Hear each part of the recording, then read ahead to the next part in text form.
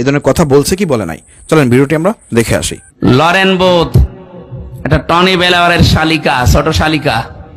এ মেয়ে honours masters করার PhD holder একজন। এ এসেছিল ইরানের তেহরান বিমানবন্দরে। এক মুসলমানকে ডাক দিয়ে বলেছে, ব্রাদার, আমি মুসলমান হব না, আমি ইসলাম গ্রহণ করব না, কিন্তু আমি ইসলাম জানতে চাই। কি পড়লে অথেন্টিক ইসলাম জানা যাবে সেটা আমাকে দিন। উনি 3 বছর একাধারে কোরআনে কারীম তাফসীর সহ পড়েছিলেন, তাও বুঝে বুঝে, আমাদের মতো আনাকুম জানাকুম না।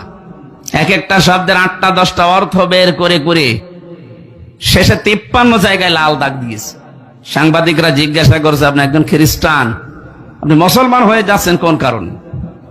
আমি 3 বছর একাধারে কোরআন পড়েছিলাম বুঝে বুঝে। মুসলমানরা বলে আমাদের কোরআনে কোনো ভুল নেই।